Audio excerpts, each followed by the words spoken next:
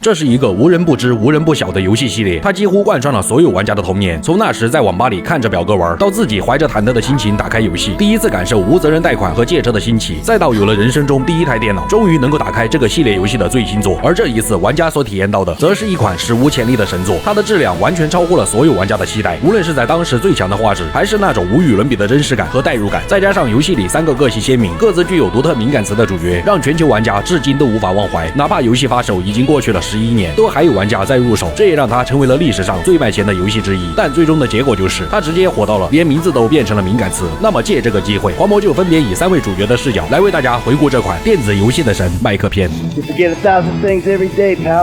Make sure this is one of them. 故事发生在9年前北洋克顿，主角麦克、老崔和布莱德正在跟银行的员工协商无责任贷款的事宜。作为一个正规团伙，3人很快就用手中的真理让员工们积极配合。随着一阵剧烈的爆炸，麦克成功办理无责任贷款。可就在他们准备离开的时候，一名保安却不愿配合工作，甚至一把将麦克用来保暖的头套摘了下来。好在关键时刻，经验丰富的老崔一枪打晕了保安，3人这才得以安全走出了银行。在司机的建议下，他们立即向着撤离直升机赶去。然而计划赶不上变化，敌方依旧是穷追不舍。万不得已之下，他们只能消耗了1名司机，并在报废一辆车的情况下，选择穿过了火车行驶的铁轨。憋了一肚子火的老崔，本以为很快就能抵达撤离直升机，可这里早已被 FIB 设下了包围圈。FIB 探员戴夫本想射击老崔，可布莱德却不慎替老崔挡下了子弹，而麦克也被探员戴夫一枪打成了重伤。尽管重情重义的老崔不愿抛下兄弟，但面对敌方源源不断的支援，老崔也只能强忍心中的悲愤，身无分文的消失在了雪地之中，从此下落不明。然而事情过后，麦克不但没有身亡，甚至还在远处默默注视着自己的葬礼。原来麦克早已和 FIB 探员戴夫达成了 PY 交易，以出卖同伴为代价来换取安稳的生活。至于不慎替老崔挡下一枪的布莱德，则代替麦克永远的埋在了北洋克顿的墓园之中。而 FIB 为了掩盖真相，则对外宣称布莱德已经在他们的感化下踩上了缝纫机。一转眼时间来到9年后，在 FIB 探员戴夫的帮助下，麦克不仅全身而退，还拿着无责任贷款的资金，在洛圣都过上了上层阶级的生活。不仅有了自己的豪车豪宅，就连家庭也是相对和睦。可毕竟人到中年，多少都会因为担心家人而感到心烦意乱。对此，麦克也只能找到了洛圣都最好的心理医生。虽然贵是贵了点，但好在能刷医保。心理医生除了不怎么说话，还是挺管用的。毕竟麦克作为过来人，他已经过来了。心情有所好转的麦克本打算在沙滩边稍作休息，但一旁路过的2位黑人小伙却向麦克询问起了零元购的方向。而从这一刻开始，命运的齿轮悄然开始了转动。不久后，其中一个名叫小付的黑人竟悄悄地来到了麦克家中。此时，麦克的儿子吉米正准备打完游戏后奖励自己一发，女儿特雷西在向闺蜜炫耀自己的昆特牌技巧，而妻子阿曼达正在跟网球教练刻苦钻研网球动作要领。见到这个换谁来都得疯的家庭，小付那是一刻都不想多待，他立即前往车库偷走了麦克儿子吉米刚刚按接来的 SUV。好在麦克本人此时就在车内的后座，本打算暗中观察妻子与网球教练，谁料却意外撞见了有人偷车。原来儿子吉米新买的 SUV 是用利息高到吓人的零首付换来的。车店老板见吉米逾期，这才让他店里的最佳员工小付前来回收。见小付只是一个被黑心老板利用的老实人，再加上他与自己的儿子年龄相仿，麦克并没有过多为难小付，只是让他冒着失业的风险，以时速100公里的车速将高价 SUV 归还给了车店。麦克随手给了小付一张低保卡，转头便开始跟黑心老板讲起了道理。儿子吉米惹出来的闹剧也得以平息。事情过后，麦克就如同往常一样，选择无视家人的争吵，只身一人来到泳池边，惬意的晒起了太阳。而先前那个黑人小付却因为失去了工作，再次找上了麦克。虽说这个年轻人不请自来，但麦克在他身上竟看到了几分自己年轻时候的拼劲。想到年轻人出来创业不容易，于是他便准备带着小付出去喝一杯，顺带传授给他一些江湖经验。可儿子吉米却总是给他找麻烦，因为没钱吸食极端面粉，所以吉米把老父亲最爱的游艇给卖了。结果钱没收到不说，还被对方连人带船一起拖走。对于小付来说，这可是难得的机遇，于是他当即便与麦克一起前去追上了正在货车上的游艇。麦克也没想到小付那是真的敢拼，竟然直接跳上了正在行驶中的大货车，并将败家子吉米成功救了出来。而他的表现也赢得了麦克的赏识。可还没等教训儿子，回到家的麦克却只看见了一对网球拍。越想越不对劲的麦克立即冲进了家中。此时花容失色的妻子阿曼达却在门口极力阻止麦克。当麦克进屋那一刻，感觉天都塌了。花费每小时150请的网球教练竟然躲在自己的房间里偷懒。在妻子的阻拦下，心虚的网球教练竟然直接跳窗逃跑。妻子还指责起麦克情绪不够稳定。恰好小付也来到了麦克家中，见到这一幕的小付二话不说，直接与麦克一路追着网球教练来到了好麦屋山的一座别墅外。被愤怒冲昏头脑的麦克也不管教练到底是躲在谁家，直接让小付把绳子挂到承载别墅阳台的支架上。随后麦克一脚把油门按死在了油箱里，失去了支撑的别墅也彻底土崩瓦解。尽管麦克痛快了一回，但后果却不是他能够承受的，因为这个别墅并不属于网球教练，而是墨西哥极端黑帮老大马丁的的住所。尽管知道自己捅了娄子，但麦克在小夫的面前也只能嘴硬说不怕就是不怕。说时迟那时快，麦克前脚回到家，墨西哥黑帮老大马丁后脚便带着手下的极端分子来到了麦克的面前。毕竟是自己拆了对方的极端别墅，而马丁又是麦克得罪不起的大人物，于情于理都说不过去。所以面对马丁提出的250万美元天价赔偿，麦克也只能打碎了牙齿往肚子里咽。好在自己还比较年轻，正式打拼的时候，为了还清天价赔偿，麦克只能拨通了一位老友的电话。这位老友正是无责任贷款导师莱斯特。莱斯特作为团队最强大脑，其实早就知道了麦克之前所做的事，但只要麦克不出卖自己，那么他也不会打扰对方。如今麦克想要重操旧业，那么就得帮莱斯特做些事。而莱斯特赚钱的方法，就是通过一些应该比较正当的手段去控制洛圣都的股票价格。麦克所要做的，就是打扮成修电脑的师傅，潜入一家软件科技公司，并在他们即将召开发布会的原型机上做手脚。在为公司里一问三不知的程序员卸载了流氓软件后，麦克顺利的将特制芯片植入原型机。随即他赶回家中，像往常一样接过女儿特雷西手中的遥控器，打开了发布会的现场直播。在莱斯特的指令下，麦克拨通了科技公司总裁的电话。当总裁接通电话那一刻，发布会现场的节目效果可谓是相当炸裂，幕后主使莱斯特也因此小赚了一笔。既然麦克证明了自己宝刀未老，那么莱斯特也立即开始制定起了极端创业计划。他先是包下了一个服装厂，用作团队的工作室，而这一次的目标便是对一家珠宝店进行零元购。为了能够让卖家安心，让买家放心，麦克戴上附带美颜相机的眼镜，对珠宝店里里外外都进行了安全评估。思虑再三过后，他们最终决定从正面潜入，并招募了一批最具性价比的队友。当然，在等待实施零元购计划的期间，麦克也没忘了小富，所以他向莱斯特极力推荐了小富这个聪明能干的小伙。毕竟他每一次见到小富，都会想起自己的儿子吉米，没有对比就没有伤害。麦克一看到吉米那副地主家傻儿子的模样，就气不打一处来，于是他干脆砸坏了吉米的电视机，并拉着他前往沙滩骑自行车锻炼身体。100米骑下来，二人都累得气喘吁吁。不过父子相处的时光也让麦克的心情好转了许多。要是儿子能够像女儿特雷西一样，不给自己找麻烦就好了。但吉米接下来的话，却让麦克觉得自己的天又塌了。原来女儿特雷西之所以没来烦麦克，是因为她最近都在忙着跟一群拍极端电影的人在旁边的游艇上载歌载舞。闻听此言，生怕女儿被欺负的麦克果断展现出了自己冰山一角的实力，利用轻功缓缓地飘到了游艇之上。他也不管对方是谁，直接就把女儿带了出来。然而这样做的后果，就是儿子女儿都无法理解老父亲的良苦用心，他们只觉得麦克就像个疯子一样，毁了自己美好的一天。毕竟儿女到了叛逆期，麦克也没多想，当务之急还是得先挣钱赔偿马丁的别墅。随着莱斯特那边做好准备，麦克也将团队全部召集了起来，队员们各司其职。莱斯特负责关闭安保系统，麦克则带上小富和临时队友，直接走进了珠宝店。在珠宝店员工的积极配合下，他们得以顺利的展开零元购。员工开心的尖叫以及玻璃的碎裂声，让麦克仿佛重新找回了过往的激情。所以在他们离开时，麦克还是没忍住说出了那句至理名言